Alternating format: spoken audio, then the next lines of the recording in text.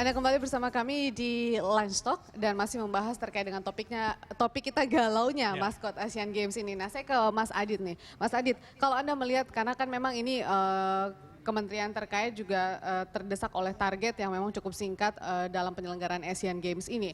Nah, apakah ini juga memperlihatkan bahwa kurang persiapan dari pihak pemerintah atau penyelenggara sendiri, ataukah memang dalam membuat maskot itu tergantung pada kreativitas seseorang, tidak melihat bahwa harus mempersiapkannya berapa lama begitu Mas Adit? Pertama ada dua faktor ya. Pertama faktornya adalah yang mendesain. Yang mendesain ini apakah agensi atau internal dalam atau freelancer. Yang kedua adalah decision makernya. Karena ada banyak kasus juga ketika desainer tuh biasanya tidak menyodorkan satu karakter ya. Biasanya ada beberapa alternatif lah. Nah itu tapi ketika selera dari decision makernya juga dipertanyakan, nah itu juga problem juga.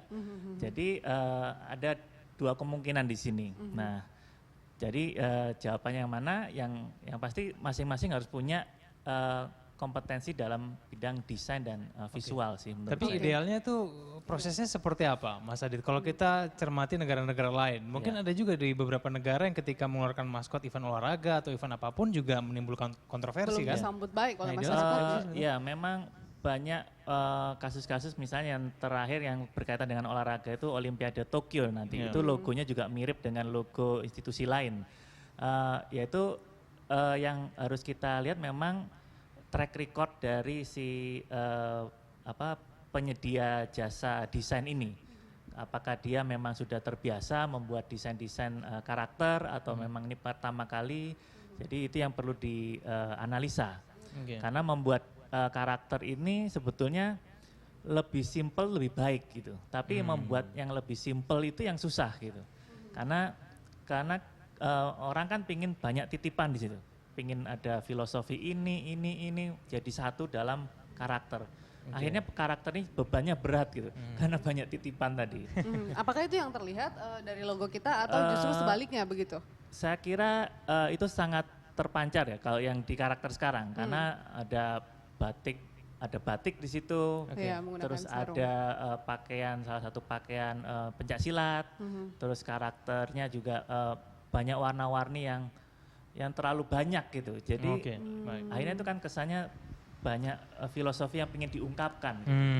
Mbak Gatot sebenarnya apa sih filosofi yang ingin dimasukkan ke dalam maskot ini, mungkin biar masyarakat kalau misalnya udah diizinkan nih direvisi, mungkin masyarakat jadi pengen, gue pengen nyoba-nyoba deh gitu. Ada nggak sih yang tertentu? Betul Mas Egan, jadi memang banyak pertanyaan sampai sekarang, filosofinya itu apa sih, message yang ingin disampaikan? Sebetulnya hanya tiga hal ya. Yang pertama adalah esensi tentang Asian Games itu sendiri. Asian Games tanpa harus banyak cerita, Asian Games itu suatu event gawenya se-Asia. Dan bahkan kita tahu Asian Games itu hanya terkalahkan oleh Olimpiade. Tetapi para peraih medali emasnya lebih banyak di Asia, terutama bekas pecahan Uni Soviet dan Cina dan Jepang. Kemudian jadi pertama itu. Kemudian kedua adalah esensinya apa yang sedang menjadi trending saat ini. Karena kan para komunitas aplikasi dan lain sebagainya sekarang banyak. Jangan sampai itu trending di tahun 60-an atau 70-an kita tongolkan. Mungkin kalau itu diredesain lagi, belum tentu yang jadul itu jelek. Banyak yang jadul itu sekarang menjadi bagus ya. Dan yang ketiga adalah ada semacam nuansa tentang properti Indonesia. Properti itu bisa fauna dan fauna. Nah kebetulan di sini adalah cendrawasih. Dan kami tidak ingin menghadirkan yang terlalu kompleks. Kan kalau seperti bahasa media ya, apa sih yang bagus? Yang bagus itu suatu pesan bisa disampaikan dengan pesan yang sangat simpel, sederhana. Tapi semua konteks sederhana bisa tegas, nggak usah panjang-panjang. Karena kalau panjang-panjang tadi Mas Adit saya betul kan, jadi jangan sampai titipan A, B, C itu bukan masuk. Tetapi poin yang terakhir yang ingin sampaikan, pasti ada kemungkinan nanti kalau sudah ditetapkan paling lambat akhir Februari, pasti akan masih menimbulkan pro dan kontra ya. Oke lah, itu adalah risiko yang harus kami ambil, tetapi kalau dalam manajemen kan keputusan yang baik itu memang tidak bisa memuaskan semua pihak. ambil ya dengan semua risiko yang ada dan diharapkan kami juga kembali akan fokus pada keperluan yang lain, masalah infrastruktur dan sebagainya. Tapi kalau warna-warna tertentu apa yang harus masuk itu nggak ada ya? Tidak ada. Ya, Okay. sebagai perbandingan saya mengambil tentang 2 Asian Games sebelumnya, yaitu khususnya yang Incheon. Nanti kalau para pemirsa Berita Satu buka itu sampel sekali di situ. Tetapi orang begitu melihat itu, kalau kami istilahnya, ya tadi setuju saya, jadi tidak hanya memanjakan mata, tapi juga eye catching.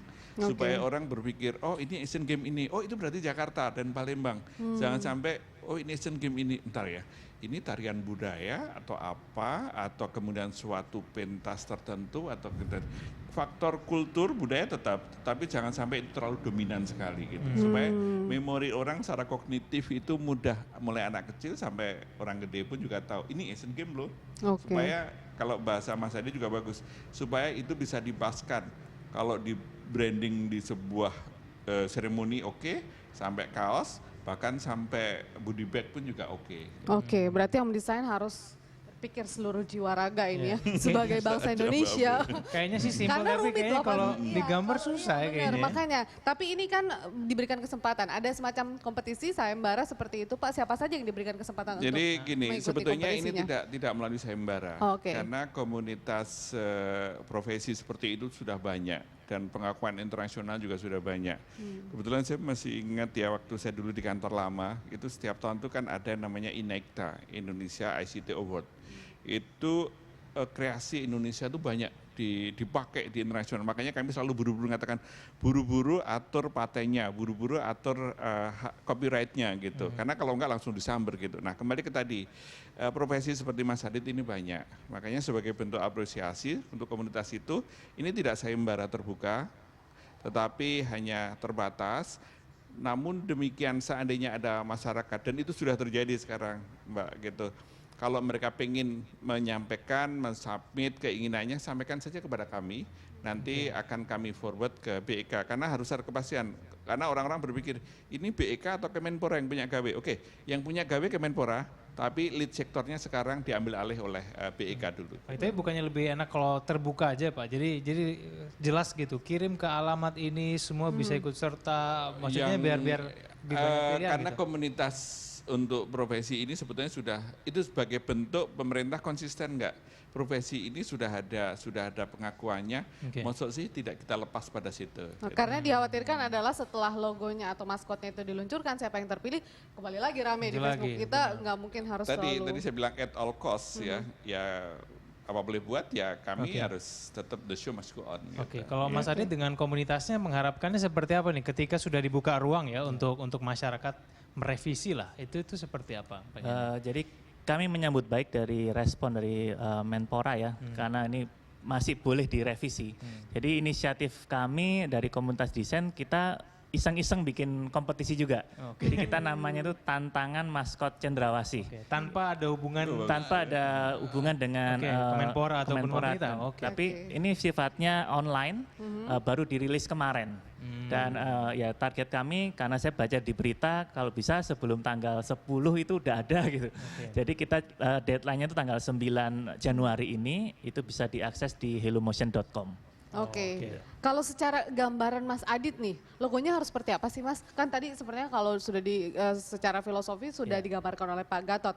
Bagi saya sih pribadi itu kayaknya agak sulit ya, mungkin gampang kalau disampaikan tapi kemudian dituangkan seperti Aigan bilang. Saya juga makanya Kalau Mas Adit seperti apa sih Mas? Kalau saya di persyaratan kompetisi yang saya buat, itu memang dibikin bias gitu ya, karena biarlah yang menjawab itu si senimannya sendiri, menginterpretasikannya seperti itu. Tapi umumnya yang kita kasih kata kuncinya adalah sederhana, mudah diingat dan mudah diaplikasikan gitu.